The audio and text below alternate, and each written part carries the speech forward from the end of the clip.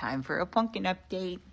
I wanted to answer this question right here. Hot Sauce the Mini Horse asked if it was colitis X. And so by definition, it was not colitis X, because colitis X actually just means that basically there's no known cause, but by definition, colitis X is a fatal colitis. So typically that term is given to colitises that happen very, very quickly. Some of them can go from completely normal to completely gone in 3 hours. Some of them that are the less acute cases can be 24 to 48 hours. We did lose one this year as well to colitis X, so I definitely feel your pain, and I'm very, very sorry for your loss. We lost Ellie Bean and Freak's mom, Blondie, on May 13th to colitis X, and it's terrible because it's the type of disease where they can't be saved. There's no saving them from that. So it's a very, very, very awful, terrible thing. So thank the dear Lord that is not what she had. She was never as sick as a colitis X horse anyway, so she definitely had diarrhea and she definitely had issues and stuff, but she wasn't like super critical or anything like that, thank God. But as far as what the cause was, in the end, we don't know, because unless you do a bunch of diagnostic tests and stuff, which I'm definitely game for doing at any given time. But if, typically we're going to treat them symptomatically, and based on how they're doing, we're going to decide if we need to do further testing. And since she did respond very well to treatment, obviously we did not put her through a bunch of diagnostic tests. What could the cause be? I guess that goes back down to all the different differentials for colitis. If we're gonna, make a list of all the different things of what can cause colitis in general, we think of things like certainly if they've recently been given antibiotics, that can disrupt the gut flora, so that can cause it. Sudden changes in their diet, particularly things that are like really rich feed, things like that. Parasites, super, super common cause. Things like different infectious agents like coronavirus. Ooh, can I say that on the internet? It's a different one though.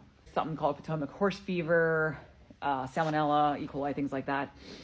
Toxins obviously can be a huge cause. So, if they ingest a toxic plant or something, NSAIDs can be an issue. So things like Banamine, people use Banamine too long, that can cause colitis. They can have obstruction. That's one of the common things that people think about when they think of just gut issues in general with a horse. Sand colic, which probably is the case here, where the sand causes irritation, inflammation in the colon. Yes, they're on sand clear. Yes, I am aware of all that. Stress is a huge one. So transport, just stress in general, any type of stress can absolutely cause colitis. Cancer, obviously. We would not expect that or suspect that in a young horse like this, but it can happen.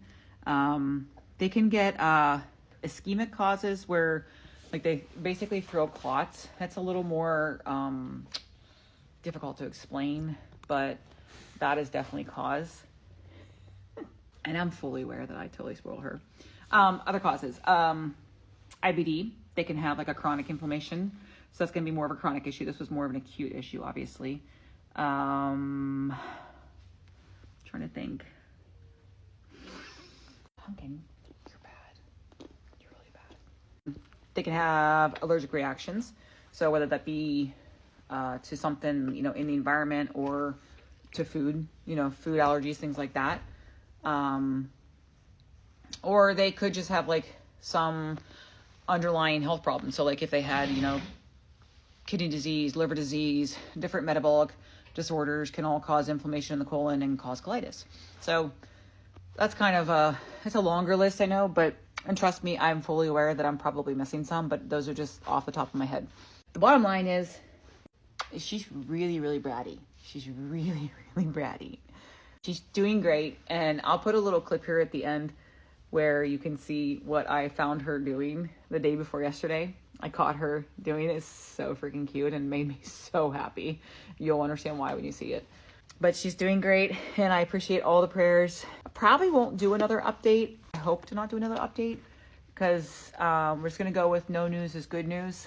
And then hopefully she'll go outside in a couple of days. Go outside in a couple of days?